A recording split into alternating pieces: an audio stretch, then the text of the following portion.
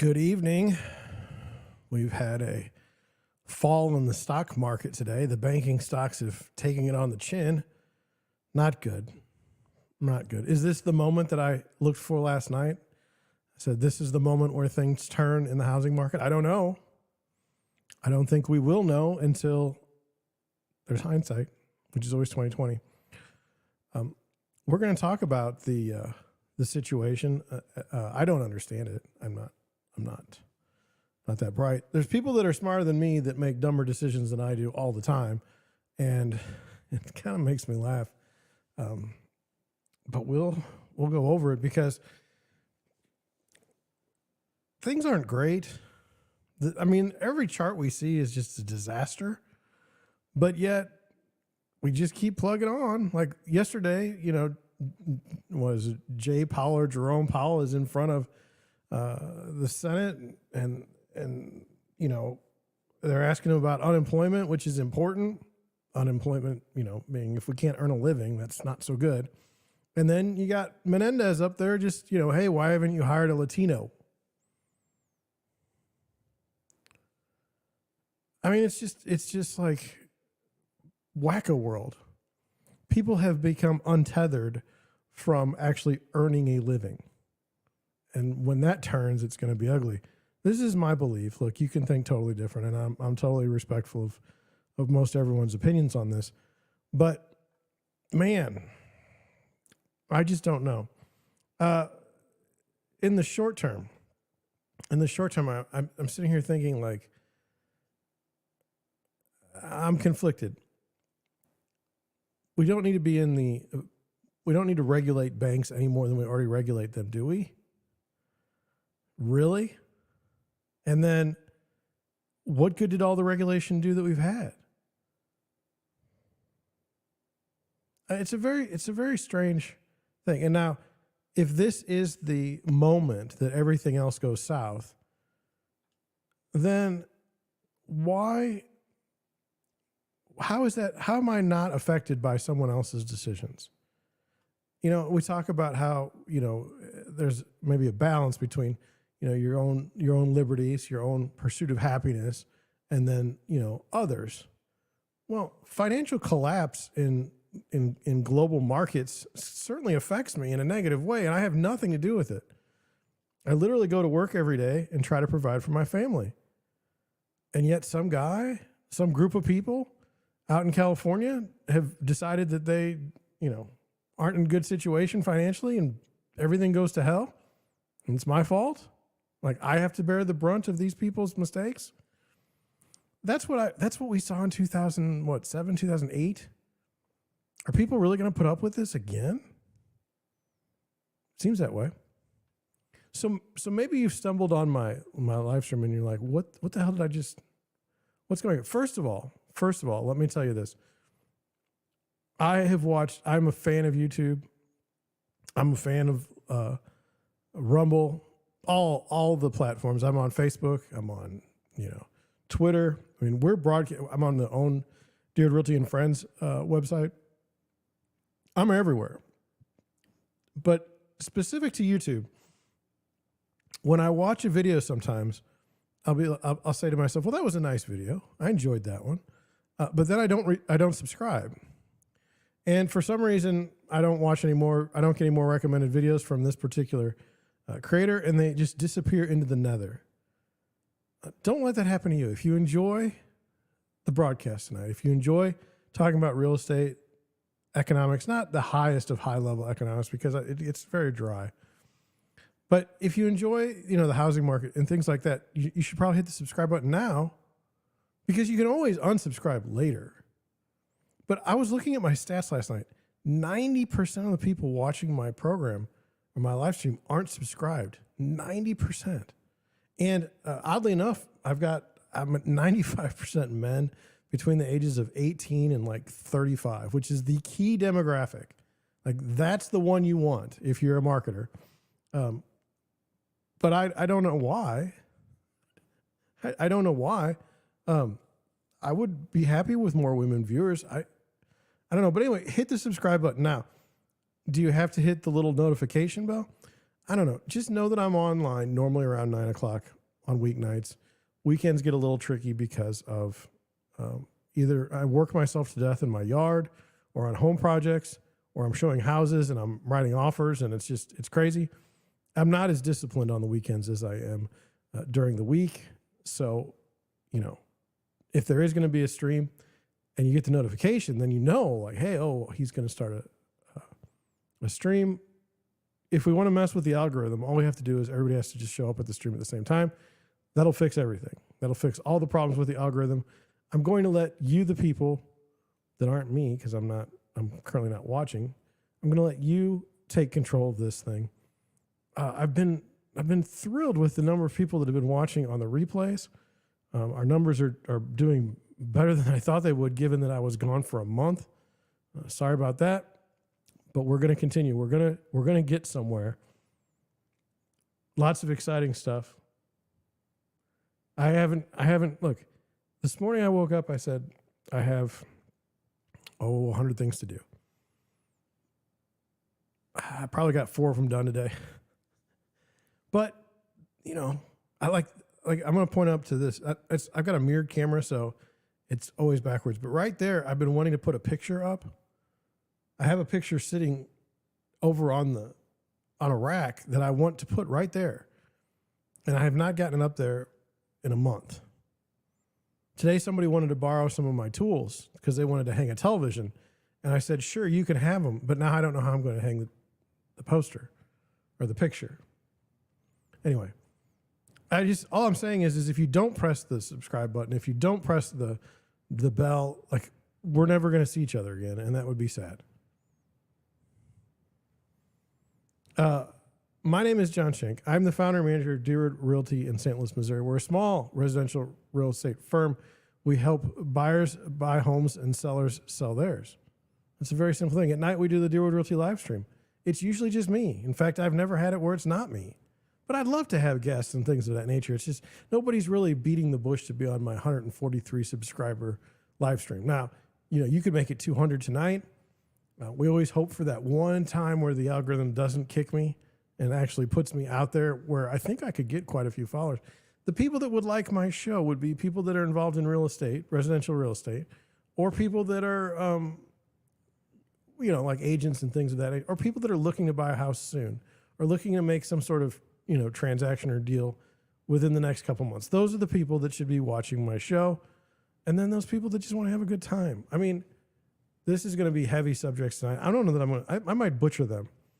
But my goal, it's not a scripted show. What I want to do is, here's the information I'm seeing. Here's what I'm taking in. Here's what I think about that information. And hopefully you think the same way, or, you don't think the same way, and you have some higher opinion that you can explain to me. Today I had a YouTube short, where somebody from London or the UK wrote, like, hey man, this word means this. I had no idea. So I don't want you to think that I know everything. I don't know. All I know is that I don't know everything. And so that's what we're going to do tonight is we're going to go, and why should I know about all this stuff? I don't know. Why should you? Because it matters at the end of the day. I don't know how it's related to things, but it matters. And so with that, here's the things we're going to talk about tonight. Well, number one is going to be this run on a bank, literal run on a bank. Troublesome because the market opens tomorrow morning with some economic data after the market got toasted this afternoon. And that's not good. It doesn't seem like tomorrow's going to be a good day on the market, but you never know. You never know. We're going to talk about that. We're going to have lots of discussion about, how this all fits in to things. And then we're going to talk about, I have to get to it because I'd forgotten already. There's a proposal to eliminate title insurance during the home purchase process.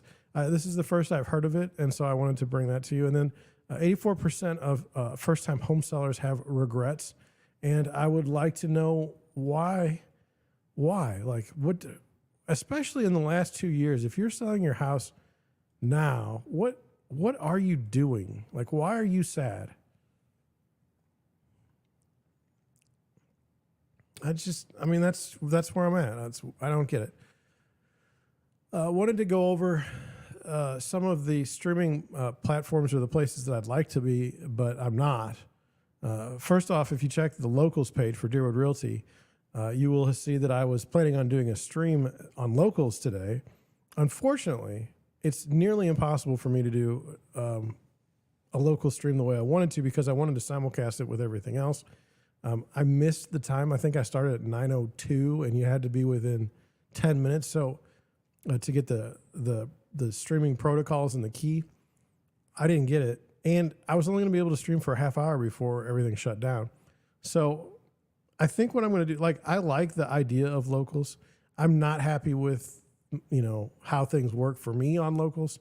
There doesn't seem to be any sort of discoverability. And so I just don't know how to get where I need to go.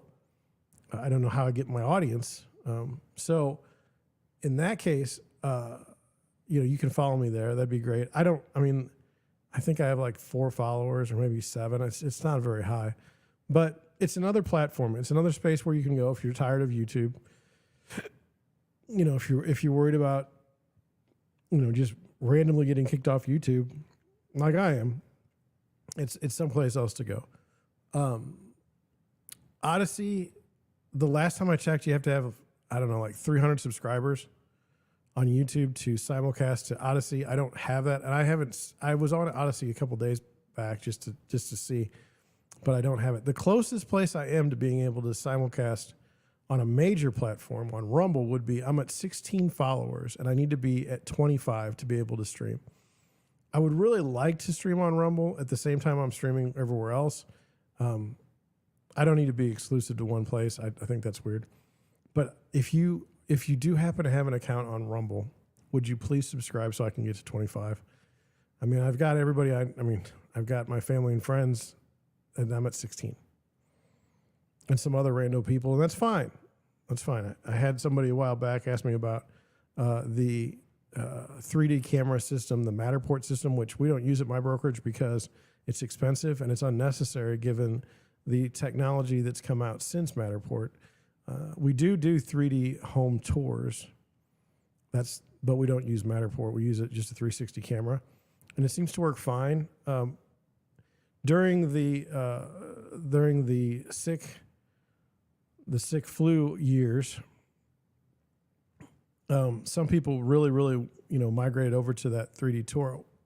I didn't see it with my listings, and in St. Louis, after the 2 weeks, we were back working under scary conditions at the time, but whatever, got to make a living. So failure in Locust tonight. Failure there. I'll try again tomorrow. If you do subscribe, if I do see some action over there, I will spend more time over there. It's just, we only have so many hours in the day, and I did things today. I got a lot of stuff done, but it wasn't everything that I wanted to do. So, with that, I think let's do it this way. On the Deerwood Realty website, which I'll show you here in a moment. In fact, I'll show it right now because I want to get into it. Oh, I gotta change something real quick. Over here on the Deerwood Realty website, we have the 30-year fixed rate down here, and it says that it decreased by 5 basis points. We're now at 7% on a 30-year fixed. What will be interesting to me will be the weekly numbers from Freddie Mac from a 30-year fixed, which will come out after tomorrow night. That will be interesting to see where we're averaging. I doubt that they're going to get all the way up to 7 unless something dramatic happens tomorrow in the marketplace, which it very well could. So there's that. Okay, well, let's get into it now. Look, here's how I'm going to preface this. Honestly, I went to lunch. I got home. I started working on stuff. I didn't really check Twitter. Haven't checked Twitter since like noon. I did check my stocks this morning. Things were going well. And I still don't really have I don't really have the knowledge that I need to feel comfortable about discussing this situation with this bank and the banking stocks in general. Now, we're going to go through it real time together just because, maybe you can point things out that I don't know, because I just haven't followed the news that closely tonight. But I am interested in, because as I said last night, we're all looking for this one moment that says, like, this is the beginning. This is where everything falls apart. And we haven't seen that. We've seen signs. We've seen terrible, terrible statistics. Okay. The charts are just pointed in the wrong direction all across the board. But, people keep saying things are fine. And, there's that article we read one time that said, things are fine until they're not. So anyway, one more thing. Tomorrow I'm getting my new monitor. And as I'm looking at the setup that I have now, I might have to move the camera to a different angle. So you might have it like kind of closer to me, like a profile look for a while. It might be shooting down at me. Right now I'm pretty much straight with the camera. But with the larger monitor, it might be like looking down on me. Bear with me. I'm trying to do better things. I have a 3-monitor setup that I can put together. I've only got 2 monitors though, and I have limited space on my desk. The computer that I built is massive compared to my old system. It's just massive. And I really like it. I'm not gonna lie. The only thing is it ramps up heat every once in a while to levels that I'm not comfortable with. And the RGB on the fans that are not being controlled by the Lee & Lee controller, they don't always come on. Like they're staying on constantly, where they're supposed to be, going off and on. Anyway, you saw the pictures. You saw the video last night or the night before. So I went through the live stream last night. I watched it, and man, we are a million times better than we were when the computer died. I was also working on editing a video this morning for the first time ever with the new computer, and that thing got processed quickly. I was shocked, actually, at how fast it went. And just, by the way, look for like YouTube Shorts to be more interesting coming up, because I figured out a way to do what I've always wanted to do with a green screen, and that should make things a lot better. I could do I'm redoing the basement after I get the basement flooring put together. I am considering strongly.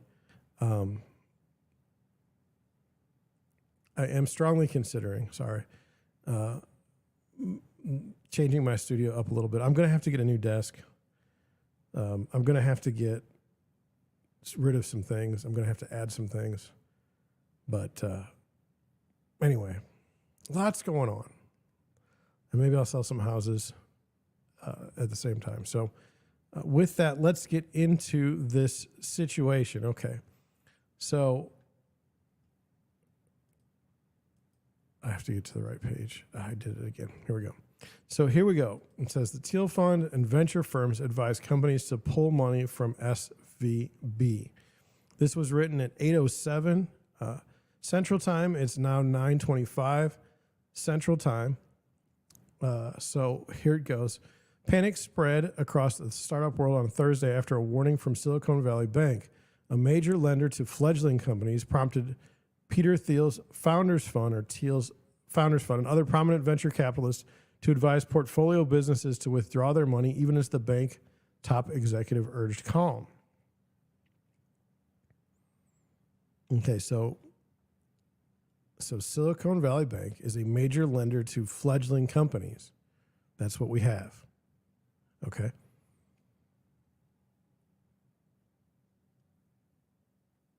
It says Founders Fund, a high-profile venture capital firm, asked its portfolio companies to move their money, according to one person familiar with the matter, who asked not to be identified discussing private information.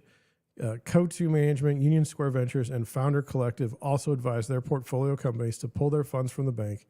People with knowledge of the matter said Canaan, another major VC firm, told its portfolio companies to remove their cash on an as-needed basis, according to another person. Okay, so why are people moving their money from this bank? What is the reason?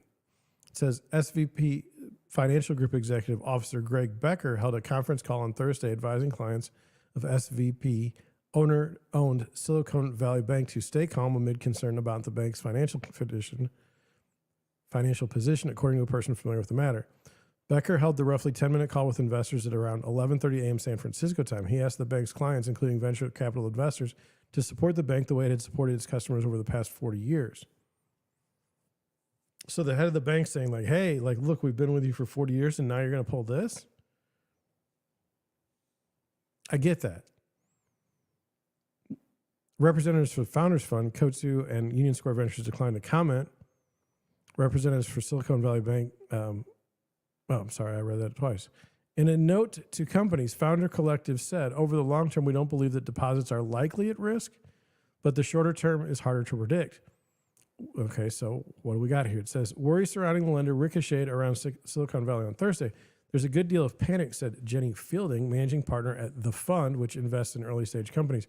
Fielding said she is watching the situation with the bank closely and has not yet advised her portfolio companies on how to proceed. Gary Tan, the president and CEO of Y Combinator, warned its network of startups that solvency risk is real and implied that they should consider limiting their exposure to the lender. We have no specific knowledge of what's happening at SVP, Tan wrote in a post viewed by Bloomberg News. But anytime you hear problems of solvency in any bank and it can be deemed credible, you should take it seriously and prioritize the interest of your startup by not exposing yourself to more than $250,000 of exposure there. Your startup dies when you run out of money for whatever reason. Representative for the Y Combinator declined to comment. That's exactly right. If you don't have any money, and here's the thing on businesses, okay?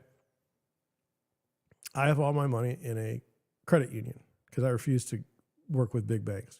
Okay, now I'm a small fish in a very, very big pond.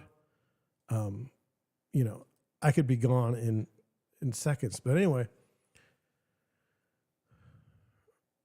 when I was looking to form a banking relationship with someone, I saw what the big banks did during 2008 and 2009. They were not sufficiently punished for their actions. And so I went with a credit union because I felt like that was the best place for us to put our money. And we could also, in theory, invest within our community. I thought that was a good thing. And I'm still at a credit union today. I can't tell you how excited I am to be with that particular group.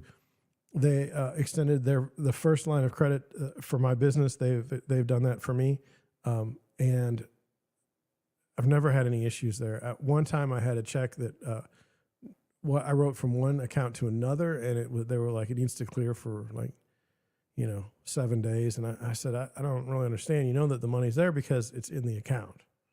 And they said, you know what, we're right. You're right. I'm really sorry about that. And so that's where I bank. That's how I've done it. I mean, if you look at Wells Fargo and what they've done, the way to kill the banks is to not deposit your money with them. That will fix their issues. They will not do stupid things with other people's money if they don't have it. So anyway, when you run like I have to pay people and I have to pay bills, right? It's not any different than a regular person. The problem is it's just there's the velocity. I think is a lot higher as far as how much goes in and comes out. And if the bank were to freeze my funds for say 30 days, that would crush my company. And that's what they were talking about with this statement that was made. Well, your startup dies when you run out of money for whatever reason. That's right. It just doesn't matter what the reasoning is. If you don't have any cash, you cannot continue. Venture firm Tribe Capital has also advised its portfolio companies to move some, if not all, of their balances from SVB. What's important to understand is that banks all have leverage and they use deposits. So almost by definition, any bank with a business model is dead if everyone moves, which I just said. Tribe co-founder Arjun Sethi told portfolio companies in a communication reviewed by Bloomberg, since risk is non-zero and the cost is tiny, better to diversify your risk if not at all. Another firm, Activant Capital, sent emails and texts to its portfolio company CEOs urging them to transfer their SVP balances to other lenders and is helping to move some capital to First Republic Bank. Disquiet spread after the Santa Clara, California banked SVB said Wednesday it was holding a $2.25 billion share sale following a significant loss on its portfolio, which included U.S. treasuries and mortgage-backed securities. This is where it gets dicey for the housing market. Let's go over this again. It said the SVB said Wednesday that it was holding a $2.25 billion share sale following a significant loss on its portfolio, which included U.S. treasuries and mortgage-backed securities. In an email Thursday morning signed by Mark Lau, head of Silicon Valley Bank's venture practice, SVB said it heard from many of its clients over the part, but that probably means past 24 hours regarding questions about the company's 8K filing on Wednesday, according to the contents of the email about the conference call revealed by Bloomberg. Okay, so now they filed an 8K,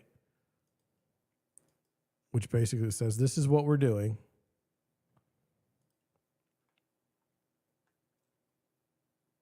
SVB's shares sank as much as 60% in the close on Thursday, hitting their lowest level since September of 2016. Becker's call was reported earlier by the information. The shares continued to tumble in late trading, falling as much as 30%. Okay, so just bear with me on this and we can understand this together. Look, if a bank has a certain valuation based on its deposits, okay, and they're now going to go sell more shares because of their strong deposits, and all of the depositors leave, the valuation of the bank is lower, plus what they have to come up with to sell more shares would be higher. So they were at 2.5 billion when things were good, quote unquote good. Now what are they going to have to sell? It says, this is a classic bank run. And when the bank run starts, you don't want to be the last guy there. Ava Labs president John Wu said in an interview with Bloomberg Television, Wu said that his company has already diversified away from its reliance on Silicon Valley Bank. Some VCs said they were standing by the bank. It says it's truly unfortunate that some GPs and companies are making a tough situation for SVB worse by pressing the panic button, said G Squared founder Larry Ashbrook. SVB has supported entrepreneurs and GPs at all stages of their business, and that partnership should run both ways. But should and does are two different things. This is the classic It's a Wonderful Life. I mean, this is a run on the bank, and if they have enough cash to make it, they're going to make it. But if they don't, they're going to eat it. And that's just the way it is. It's not fair. There's no such thing as fair. Investor Kevin, and by the way, no offense, as I'm looking at this, okay, what is the reward for staying at this bank at this point? How are they going to reward you again for your loyalty? Are they going to give you more money? I don't think they can. They don't have any. What are they going to do? Oh, sorry about that. Sorry if it clunked in the...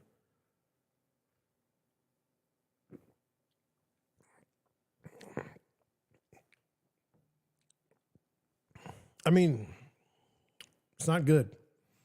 Investor Kevin Desai, founder of Shakti, said not only was he not telling his portfolio companies to withdraw funds, but he placed an order to buy the bank's stock today with a limit order of 101.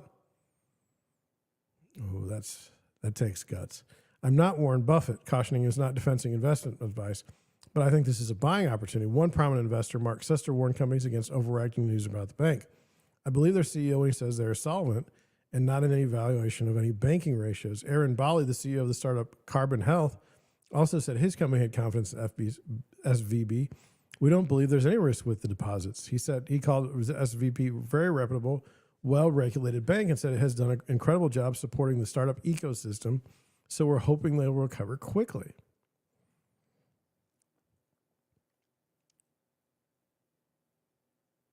I don't know.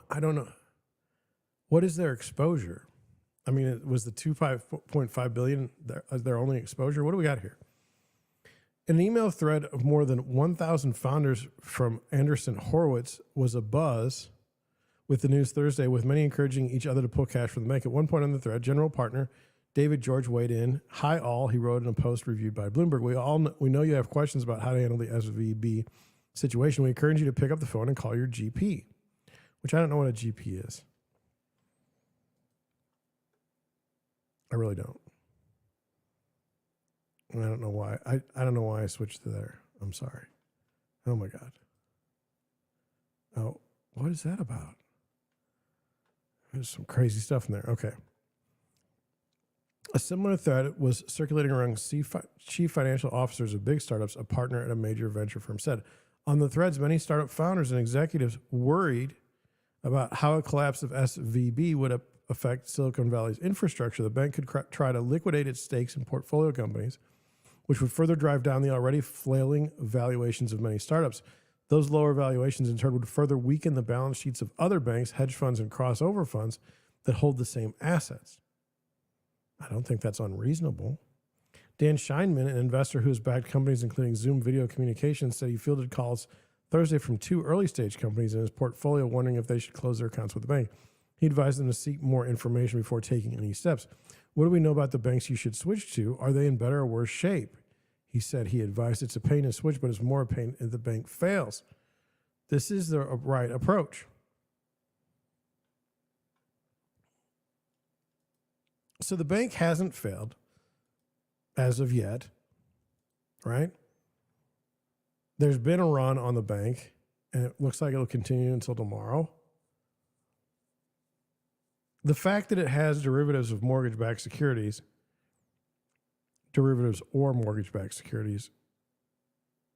like, who would be defaulting on mortgages right now? I would say commercial lenders, or commercial banks. I'm sorry, commercial landlords, commercial property owners, especially in the office sector, because since the virus, many people have said they're not doing things the way they used to as far as going back to work. Like that, those days are over. People work from home, people work remotely. They're not going to the office, so therefore you don't need the square footage that you used to need. Plus, companies for the last 20 years, I mean, look at like a major architectural firm in the 1980s versus now as far as employee headcount. I mean, it's just not the same.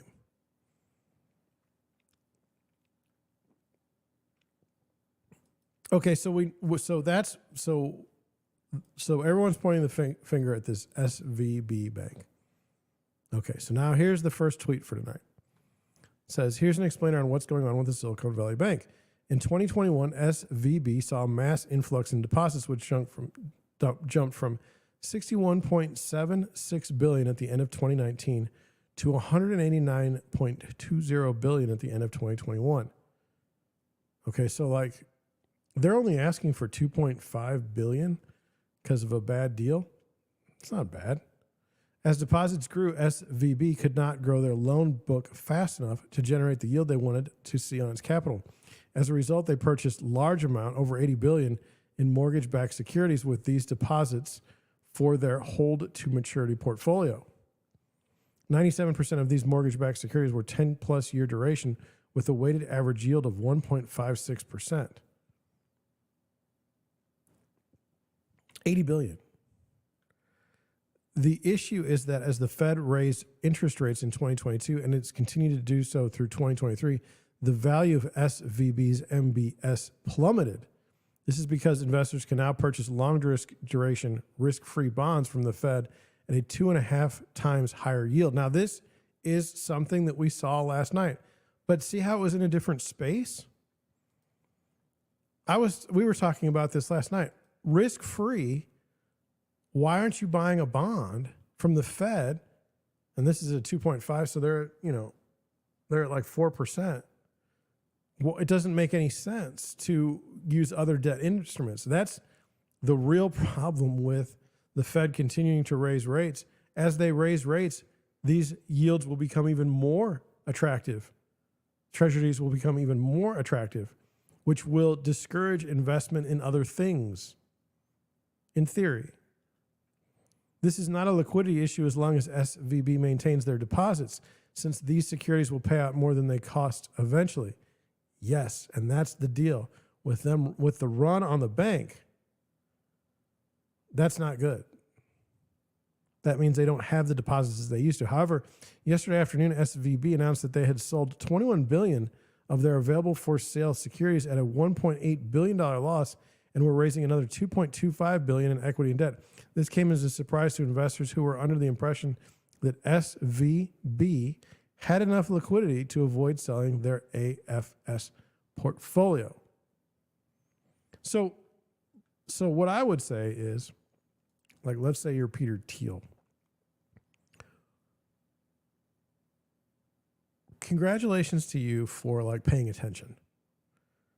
I mean, I cannot, even with my situation, I cannot imagine being aware of a bank doing some things, and having it that, where I know what's going on. I mean, I just wouldn't. I'd be the last to know if something was wrong with the credit union that I'm at. It's sad, but I also, you know what? You know how you have the FDIC? I don't even have close to the FDIC limit, so I would be reimbursed eventually. But these companies probably have millions of dollars. Well, maybe even, I don't think billions, but maybe hundreds of millions combined.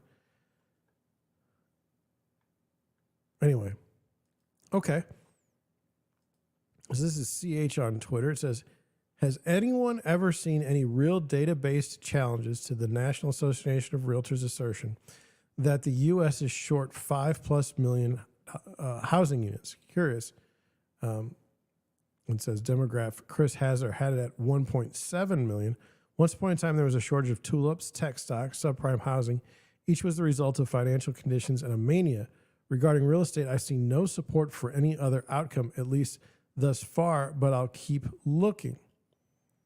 So what he's saying is look, how do we know that there's this much of a shortage in housing?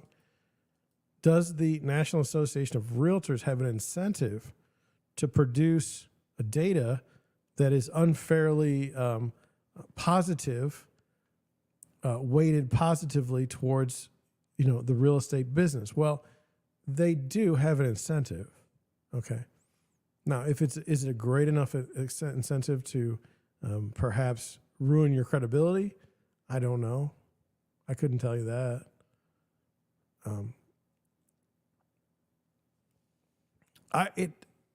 I just remember, and I'm just going back on history of what I saw with my own eyes. In 2007, it seemed like everybody I knew had like 4 houses. They had one house that they lived in. They had another house that they were fixing up, that it was in the early stages of fixing up. They had another house that was in the stages of close to being finished, but they were out of money. And then there was another house that they actually had rented. Like, it just seemed like everybody had 4 houses. And so when the market shifted, these people wanted to sell. They wanted out. Some of them were in it so bad they couldn't get out. If they were selling at a significant loss. But, if everybody had 4 houses and all of a sudden now those 3 houses go out back on the marketplace, that solves the shortage pretty quickly. Now, demographically, we have to say that the United States is certainly expanding its population by many different means, legal and illegal immigration. That is going to have an effect, obviously. I think the birth rate is declining. I can't prove that. I'm sorry. I don't have the numbers in front of me to back that up, but I think that the birth rate is declining. So it's all immigration related. So I don't know. It's going to be interesting to find out. If there is what I would call shadow inventory out there, and it becomes available. Shadow inventory in this case is not necessarily bank-owned properties, but just property that's not being utilized to its residential real estate, not being used to its fullest extent of a single-family homeowner residing in it. If that's the case, there is a significant amount of shadow inventory. Values will go down much faster, providing that those people don't have great rates on their mortgage anyway. If you're at 3% and things go down, might ride it out. Maybe. Just depends on your own situation. I thought this was fun. Now, this is where it gets really interesting to me. So Keith Raboy, he's involved with Open Door, which is a stupid iBuying program that it's terrible. But anyway, and you say, well, that's because they're getting rid of agents. No, the model itself is silly. Anyway, Silicon Valley Bank also deserves credit for Open Door. Without their supporters in the beginning, it would have been nearly impossible to prove we could value homes successfully via a model narrator. It turns out they could not value homes successfully, and that's absolutely true. They really did some vicious things in the marketplace. And then he's got the chart backdrop here of what's going on. Now, it's important to note that the SVB is not at zero. They could pull through. I don't wish,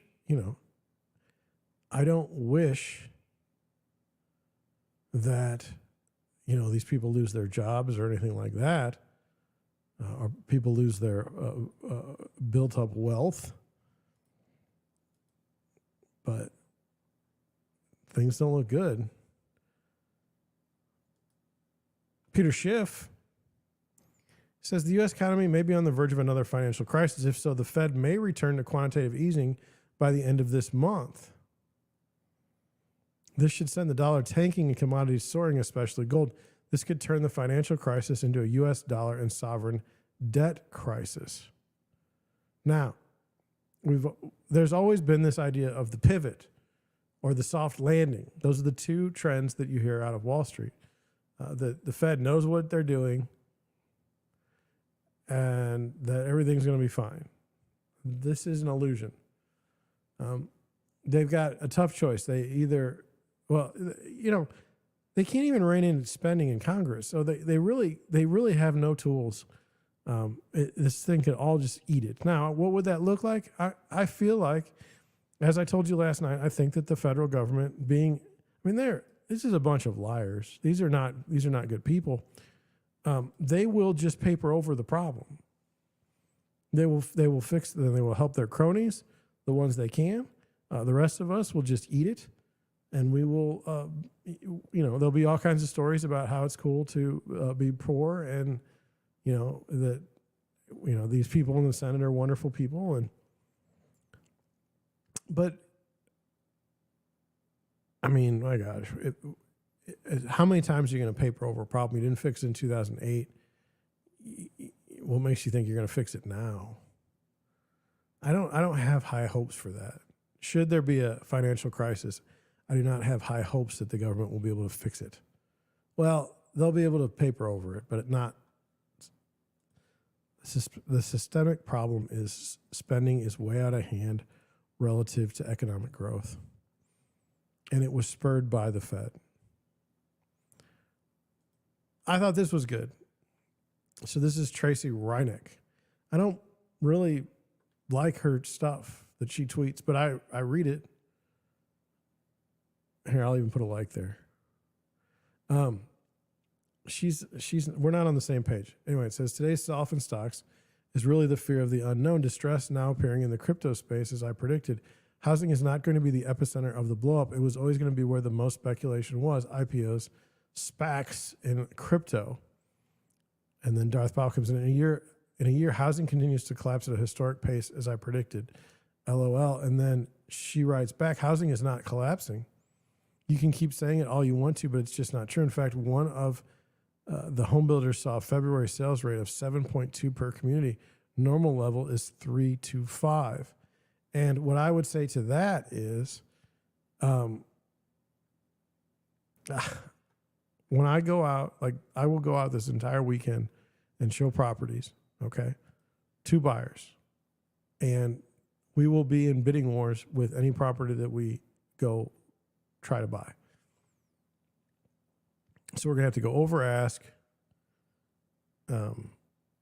It's going to suck for the buyer. Even now. So while the data looks awful, there's still buyers. It's a wild situation. It's what I would call untenable, but we'll see. This is a guy that I don't follow, but I thought it was funny. It's Bucho Capital Guy. He says, rule number 1 in the crisis communications, don't tell people to stay calm. Rule number 2 of the crisis comms, don't tell people not to panic. I think that's funny. On the New York Post, it says Silicon Valley CEOs to investors, stay calm and don't panic. Like, those are the last 2 things you want to say. But what's funny to me is, like, I've always thought, see, I'm not very good at like crisis communications because I've always wanted to be like real and upfront with everyone. You know, like, hey, you know, if things are bad, I say, hey, things are not great. Like, we've got a problem here. Like, that would be good for me. I would accept it because to me, you know, you shouldn't make stuff up. But if you create the perception based on what you say, a negative perception, it can have a devastating effect on the business as a whole. That's why when the Fed speaks, when Powell speaks, a number of times they've said he's just used the same script that he's used like for 3 years. He just changed like one word so he doesn't spook the markets. But who knows?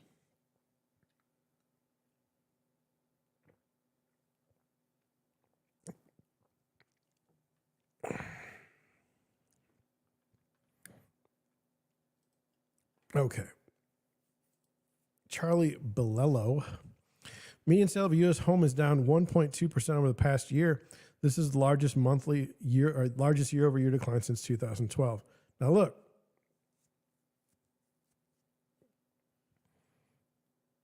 it doesn't seem like a lot, 1.2%.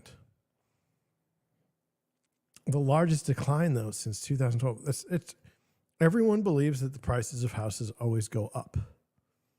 And, you know, it's weird to me because let's just take an example. I'll even go to the main screen here. Let's just take one example, okay? Let's say you buy a house for $200,000, and that's a silly price now because you can't even buy a house for $200,000. But you buy this house for $200,000, and you sell it in 4 years, and you sell it for $210,000, and you put no money into it. Okay. So let me do the math here real quick. Oh, I just opened the calendar, which didn't help me. Okay, so we have 210,000 times what I would charge in my. You got $11,000 in the. No, I don't have it. Cause right. Oh, here we go. I hit the wrong button. 0.05.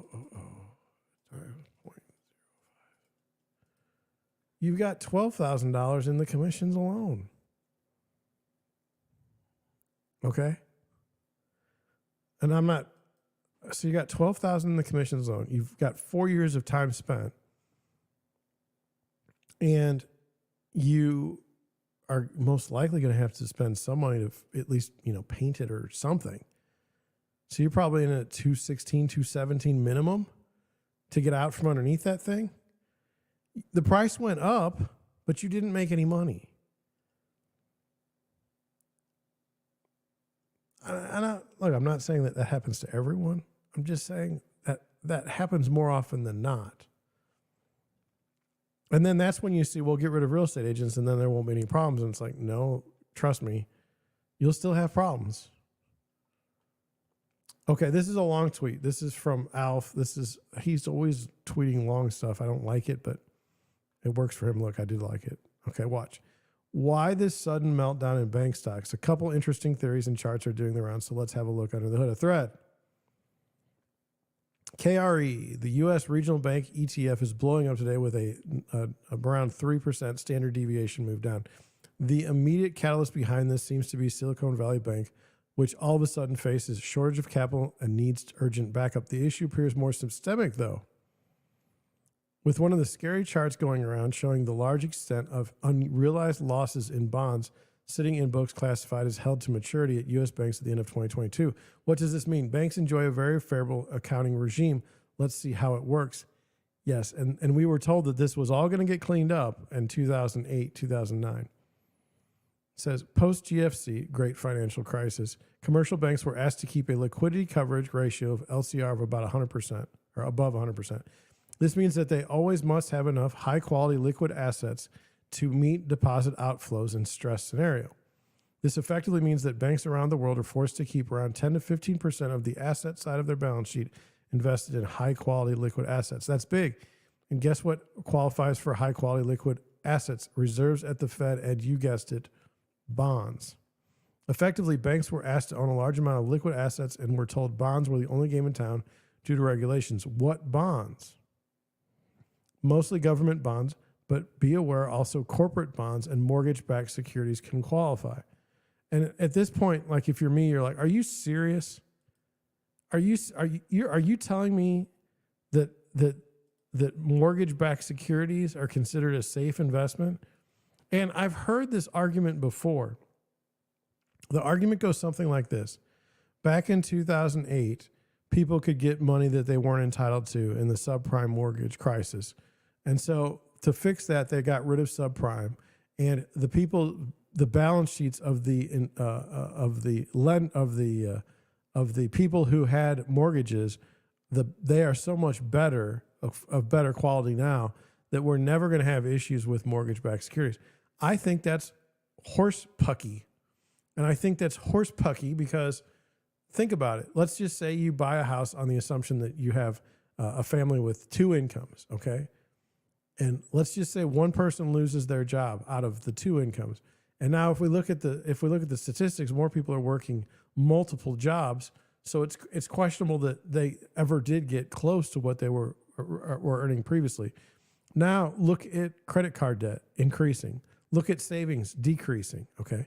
Tell me that the same person that you gave a loan to for a 30-year fixed rate mortgage, that same person who has now lost their job 2 years later may have like 3 more kids than they did before and no job. Tell me how they're in a great financial situation.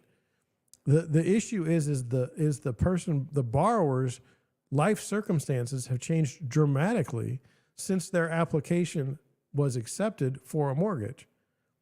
And that's the way life is. That's a 30-year mortgage. My God. If I got a mortgage right now, I'd be 75 years old before I'd have, before I would pay it off at maturity. And that's a long time. That's a long time. When regulators force you to own tons of bonds, they also force you to swallow a lot of P&L volatility, and banks don't like that. That's why regulators allow bank treasuries to park bonds in 2 accounting-friendly books, available for sale and held to maturity. Now, the available for sale is the ones that got SVB Bank in trouble. In both cases, if treasuries or corporate MBS bonds lose value, the bank's P&L does not record the loss immediately. The unrealized gains and losses of securities held in AFS hits the capital position of the bank, not its P&L. But the true banger is that bonds booked in held to maturity books are reported at amortized costs, or in other words, the unrealized losses basically do not show up in the bank's financial statements. This creates an incentive scheme to park as many bonds in these accounting categories as you earn coupons over time and don't face P&L volatility. The flip side is when you need liquidity. Banks can only sell a small portion of HTM bonds before being tainted as non-compliant from regulators. which I believe is what the problem is now with SVB Bank. You're not in compliance with the regulators. Now they're going to say, well, we're selling enough liquidity, so we're going to be within compliance. That's debatable now, considering your stock has been cut in more than half. The large extent of the HTM hidden losses is worrying some. To me, there's a more important story going on. Liquidity and funding are becoming tougher for small banks. QT is reducing the balance sheet of the Fed. On the asset side, QT shrinks the amounts of bonds the Fed owns. On the liability sides, it could be RRP, TGA, or reserves. And the example above shows the standard way QT operates, which is by reducing bank reserves. Bank reserves are money for banks. They use them to settle transactions with each other, including in the repo market. Imagine reserves as the lubricant of the financial system. And let me just go back here because I screwed something up and no one told me in the chat. Shame. Shame. We're back. Well, you're drying the system up slowly but surely. The thing is, reserves are not going down in equal fashion for large banks and small banks. Small banks are seeing reserves shrink much faster. They have less readily available financial money and less liquidity. Now consider also that the funding landscape is getting more competitive. U.S. households can earn 5% risk-free interest rate with less risk by buying T-bills rather than depositing money at the banks. And this is why when this was happening, when the Fed was raising rates, people were like, look, you're making mortgages more expensive. You're making credit more expensive. This is not going to go well. The federal government will not be able to pay its bills when you continue to raise the rates. It's bad. But we saw this. It wasn't a surprise. One could argue small banks are even more exposed to this dynamic. In other words, small banks face a double whammy: less financial liquidity in the system disproportionately affecting them, a tougher funding landscape with plenty of safer and higher yielding alternatives for depositors. This is the real issue, in my opinion. Yes. I've got a bug that's like flying. All right.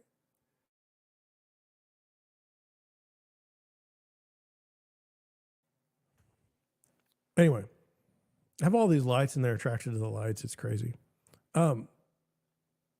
So I mean, what are you going to do with this situation where you've got less risk elsewhere? It's only going to get better. The more the Fed raises the rates, the more the treasuries are going to be worth more. And they're backed by the federal government, right? So everyone thinks those are safe. My issue with the 5% yield is, and I'm not trying to be a jerk, but you're still not beating inflation, because inflation is chronically underreported. I would say criminally underreported. So, I mean, even at 5%, you're losing out to inflation. That's why inflation is such a problem. Okay. And with inflation, the Fed had a choice: fix the inflation or fix the inflation or fix. Now I forgot what the choice was because I'm distracted by this bug. Basically, the argument is inflation and the economy are two separate things. You pumped all this money into the economy, causing more inflation. And so to tame the inflation, okay, you have to raise rates. Like, that's your only lever. But if you raise rates, then the economy will stumble because people will lose their jobs. Borrowing and all of this stuff is affected when you raise rates. And so, are you going to raise rates or are you going to control inflation? At some point you had to do the pivot. I have to say that right. At some point you had to either control inflation or destroy the U.S. economy. That was their either or. They went after the economy, not on purpose, but it was overheated in their opinion. Your jobs you're at like 3% unemployment, which is ridiculous. Oh, the bug is just driving me nuts. Anyway, so everyone thought, well, they can't focus on inflation at the end of the day. They're going to have to focus on fixing the economy that they just destroyed in the name of fixing inflation. It's not good. I don't think there's going to be I don't know. Like I said, I just see the government stepping in and just bailing people out no matter what happens. Because we saw that in 2007, 2008. Now you may say, well, John, that's not going to happen this time. Then what? I just feel like things are made up these days. I think the laws are made up. I mean, I think certain people, if they've got certain letters behind their name, or if they are affiliated with a certain group, are allowed to pretty much run roughshod over the law. I mean, you don't really need, it's no big deal. We'll just interpret the law in such a way that it doesn't affect one group, but then another group does the same thing, and they're going to get the book thrown at them. I just see that with this as well. It's just going to be I feel like the powerful and the connected are always going to be fine. The rest of us, not so much. Let's get to this. I don't know if this is going to be behind a paywall or not. It's Housing Wire. Sometimes they do, sometimes they don't.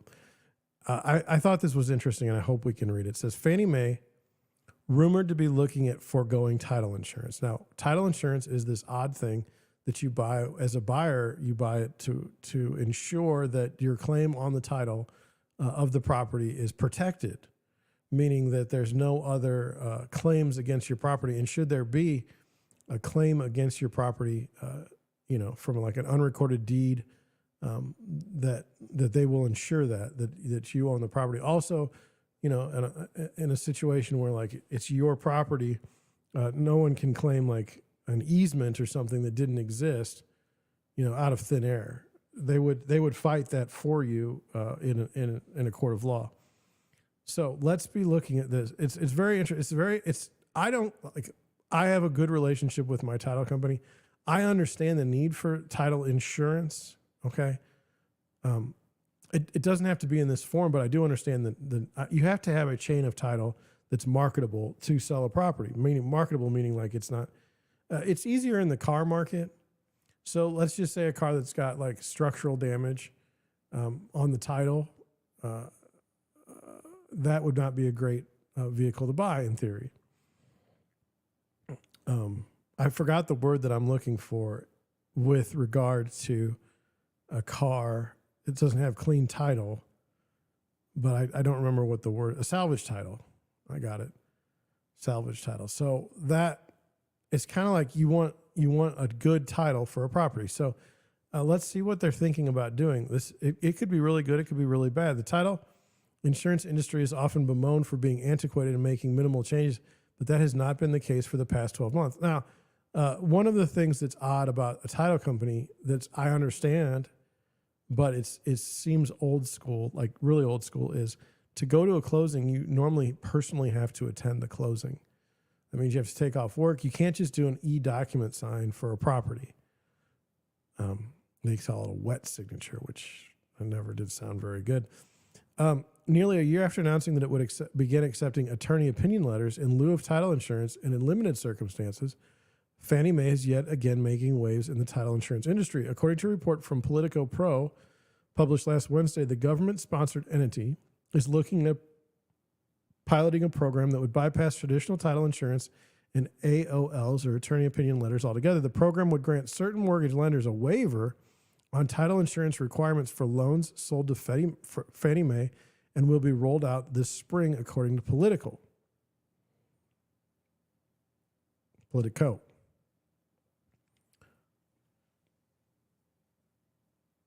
So you have a standard loan. The government packages these loans and sells them, or they underwrite the loans. It's a mortgage-backed security. And now we're going to do something that says, well, we don't really need this. We don't really need this insurance. It doesn't sound good on the surface, But let's continue. It says Fannie Mae, which currently backs almost $4.1 trillion in U.S. residential real estate mortgages, would not confirm or deny another rumors. We knew that closing costs continue to be a barrier for home buyers, especially among underserved populations and first-time home buyers. A Fannie Mae spokesperson wrote an email. We continue to research options that would lead to cost reductions in a safe and sound manner and help borrowers save money as part of our equitable housing finance plan. As we're still in the research phase, we don't currently have additional details to share at this time.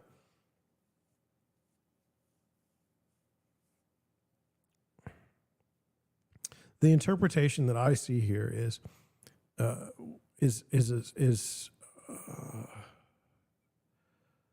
wrong. Like here, watch, it says, closing costs continue to be a barrier for home buyers, especially amongst underserved populations and first-time home buyers. I can go to Bank of America in about a month, and they will pay all of your closing costs, and they will give you down payment assistance. This is a bank doing this, okay? That means that, the fact that this exists, okay, tells me that this is a lie. We know that closing costs continue to be a barrier for home buyers, especially among underserved populations as first-time home buyers. If you can go to the bank right now without any other issues and get closing paid for, getting closing costs paid for, and closing and down payment assistance, they basically hand you money if you fit within a certain parameter. This is not an issue. The GSE's equitable housing finance plans were approved this summer by the Federal Housing Finance Agency. The intent was to promote affordable and sustainable housing opportunities for more households nationwide. Remember, affordable doesn't mean affordable for you and me. It doesn't mean like we work hard at our jobs and then we get to go and get a house that's affordable. What affordable and a sustainable housing means is developers get paid significantly. Their risks are reduced significantly to produce housing that is horrible for people. And then 20 years later, people go, well, this was just a bad idea. Happens over and over and over again. Affordable housing is not what you think it is. Affordable housing means you can go buy a house, right? Well, people can go buy a house now. All right, it's just not a great house. It's a boondoggle. One of the goals they outlined in those plans is a push to reduce closing costs, especially for low-income borrowers. Based on those plans, both GSEs are pushing pilot programs promoting the use of attorney opinion letters reportedly as an alternative to reducing closing costs. Understand this, like if you don't fit for a mortgage, you don't fit for a mortgage. Your financial profile sucks, it sucks. You need to change your job. You need to make more money. You need to get rid of debt. And you may say, well, that's not very fair, John. That's not equitable. Life is not fair. And even if you get something on this side, you're going to get hit on something else. It's not fair. With the introduction of AOL's attorney opinion letters frustrated Alta, Fannie Mae's latest move has caused a major concern for the trade organization. We are extremely concerned about the reported Fannie Mae pilot program to waive title insurance requirements for certain transactions. It appears Fannie Mae is moving beyond its charter and mission directly into the title insurance business. It should raise significant alarm bells, the trade group wrote in an email. If the 2008 financial crisis taught us anything, it's that shortcuts to well-established processes pose great risks to our sound, dependable, and trustworthy real estate system, homeowners, and taxpayers. FHFA should halt this activity. I agree with that 100%. But this is also a trade group that represents title companies. So what are they going to say? Howard Turk, the founder and managing director of Turk & Company, who helped a Big Four title insurer First American launch in Canada in the 1980s, is also worried about what this could mean, especially for lenders. The real risk here is to the lender. If there's a problem, Fannie will most likely simply avail themselves of their rights under the typical repurchase agreements and send the deal back to where it came from. Turk wrote an email. The real question is to lenders who do these deals for them. They have to determine whether or not they are feeling lucky. Title insurance is there for a very good reason. Going without it involves an assessment of risk. That's right. And that burden of risk is shifted. It's either shifted to, Fannie and Freddie. It's shifted to the homeowner. It's shifted. It's no longer with the title insurance company. And I don't know why you would want to shift that risk. The whole point of the title insurance company is to handle that risk. Alta also raised concerns over how the trade group, what the trade group feels is a lack of coverage will impact homeowners if a claim on the title of their home ever does arise. These products are going in the market is confusing because they're giving people who need it the most less coverage. We haven't seen any real data based on the conversation that's going to save money. In some ways, it could cost them more. They might actually lose their home. I mean, if you've got somebody that's already in a bad financial situation and someone makes a claim on their property, they will not be able to defend it cheaply, which was the whole point of title insurance. Proponents of the GSCA's equitable housing finance plans, however, highlight the disparity between title insurance premium revenue generated compared to how much the title companies pay out in claims. Oh, it's totally a boondoggle. I'll give you that. According to Alta, title insurers bought in $17.6 billion in title premiums during the first 9 months of 2022, while paying out just $438.7 million in claims during that period. Yes, but unlike like the banks and underfunding banks that we're seeing across Silicon Valley, no one's saying that title insurance companies are underfunded. The whole point of being funded is so that you can stave off an emergency, hedge your risk. For its part, Alta said is working on lower closing costs where it can, and it believes the increase in automation and improved technological capabilities within the title company will lower costs even further over the next few years. I don't believe that's true, and I'll tell you why. Everything is more expensive. If you don't spend money on one thing, you're still going to have employees. If the employees are seeing inflation in their own lives, they're not going to want to work for the same amount of money.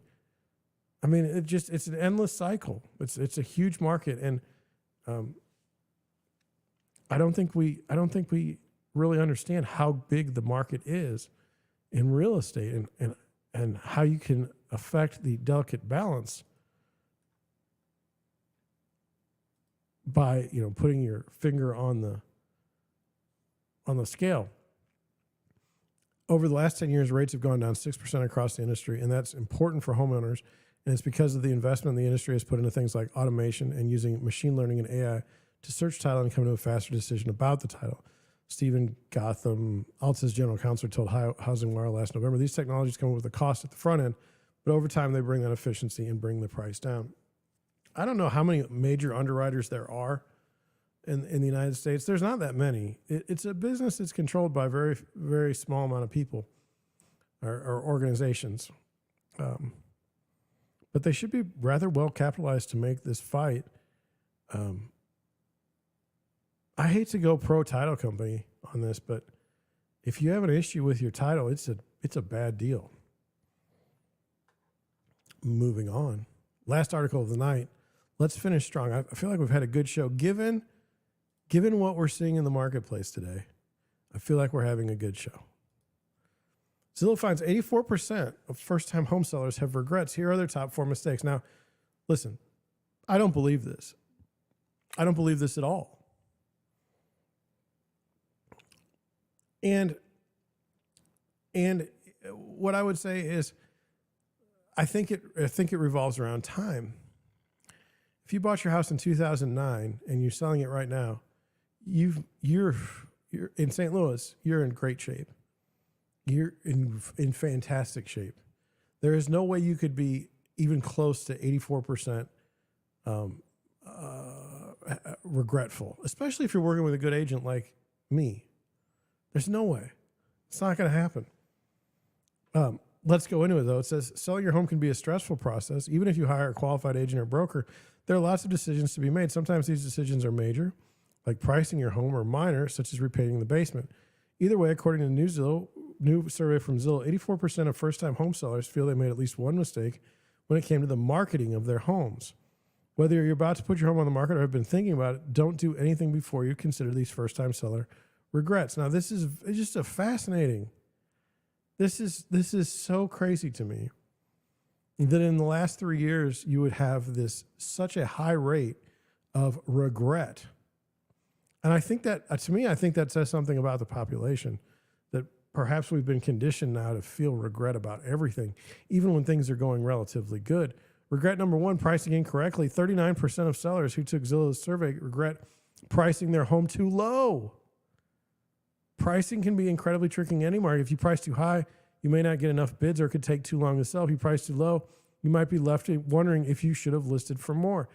In this last 3 years, if you price your house too low, you still got the property bid up so damn high that you would have made more than you ever would have if you priced it too high.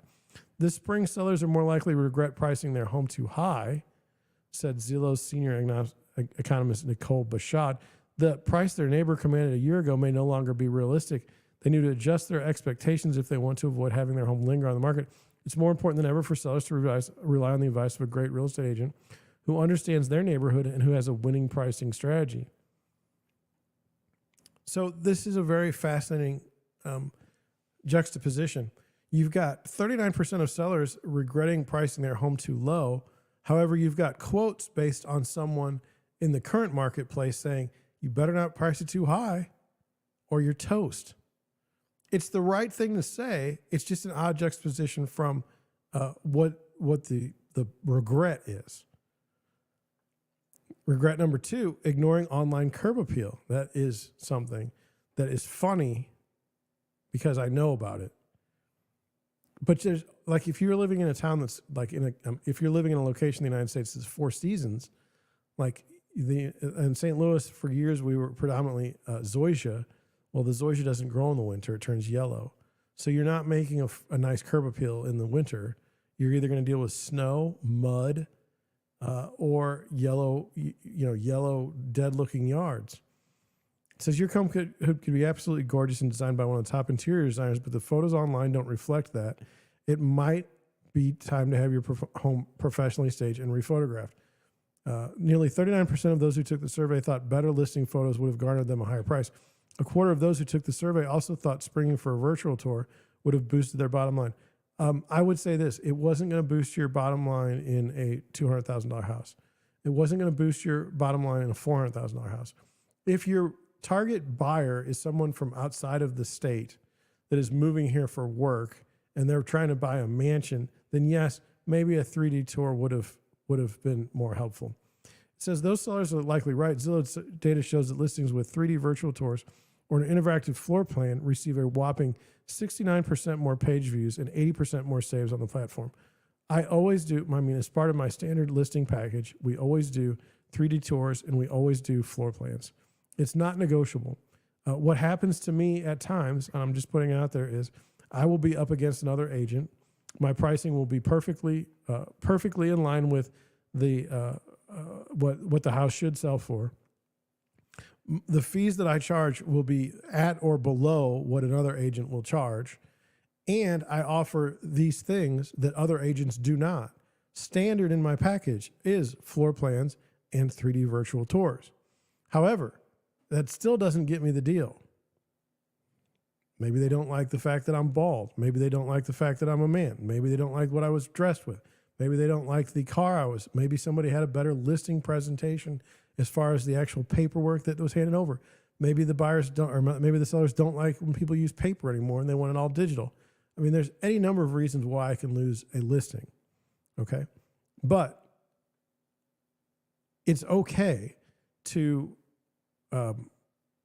want to have better online curb appeal. Now, let me tell you something that is true in St. Louis, and I can't talk for other places because I don't know. It's very, very hard to photograph solid wood trim.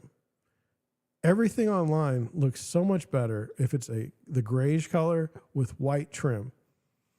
Therefore, if you're a buyer and you like the wood trim, houses will still look dark, dank, and not great online. However, those are perfect opportunities for you to go as a buyer and pick up a house that other people aren't even bothering to look at because they don't know that the houses don't look as nice in online photos because of the natural wood appearance. I'm just putting it out there. Regret number 3, bad timing. It's been said that timing is everything, but according to this survey, at least 25% of the first-time home sellers felt they didn't time wisely. Zillow research shows the second half of April is the best time to put a house on the market nationwide, but every seller has different circumstances. Now, we read yesterday that February 15th was the exact perfect date to put a house on the market, and I told you then I don't agree with that. And I think that the end of March is actually probably the perfect time because it will then close in this period of the second part of April. Whether you're selling because you're expanding your family or moving for a new job or simply because you need to close on a new home, all these things ultimately influence timing. Yes. But you can't control, my own opinion is, if you're moving for a new job, that's out of your control. If you need to close on a new home, that's out of your control in the sense that you need to close on a certain day. This is the way it is. This was one of the problems that I've had with the marketplace that we're in. Like, how could I, as a real estate agent, when I know that people are looking for years and not getting a house under contract, okay? How can I say to them, oh, you need to sell your house when you have no place to go? No, actually, you have to go find a place first, and then we sell your house. That's the market that we're in. It would be irresponsible to do something different than that. Regret number 4, skimping on repairs. Investing in the right projects to increase your home sales prices is crucial. More than 25% of those who took this survey, let me just check something. I want to make sure. Okay, yes. Regret not investing in updating their homes, but sellers shouldn't update just anything. Choosing the right projects is crucial. Sellers need to think strategically about the return on investment before diving into repairs and renovations. Landscaping, interior painting, and carpet cleaning are the most commonly completed seller projects for good reason. They boast online curb appeal, and they send a powerful signal to a buyer that a home is well maintained, says Amanda Pendleton, Zillow's home trends expert. The fact that Zillow has a home trends expert is something. But look, you cannot tell me that carpet cleaning, okay, does anything, because most of my buyers don't want carpets at all. Landscaping, I think that's for really, it's, why are we adding a room that's not really a good size bedroom or a good size anything? It's just an extra room that makes no sense on the house. That's something. And then my thing is this, look, I mean, if it's going to cost you $50,000 to make a house pretty, and you're not going to get that $50,000, then don't spend the $50,000, lower the price by $50,000 and be done with it. That's the way I look at it. You're welcome to think differently. It's a free country for now. Yeah. All right, well, look, we had a setback on locals tonight. We weren't able to stream. Will we get that fixed tomorrow? I hope so. Now, tomorrow I have to show houses all night. So I'm going to set a reminder in the morning, and I'm going to set it for like 9:30. And if I don't make it on time, then I apologize. Okay? I wholeheartedly apologize, and I will strive to do better. I will stream, most likely. Like, I'm going to go with 80% probability. So look for me. Subscribe if you haven't, if you've enjoyed the show. I'll be around tomorrow. Thank you for watching tonight. If you have any questions, put it in the comment section. You could have put it in the chat. That would have been good. And then I'll answer them. So with that, I'm headed out. Thank you for watching. Good night.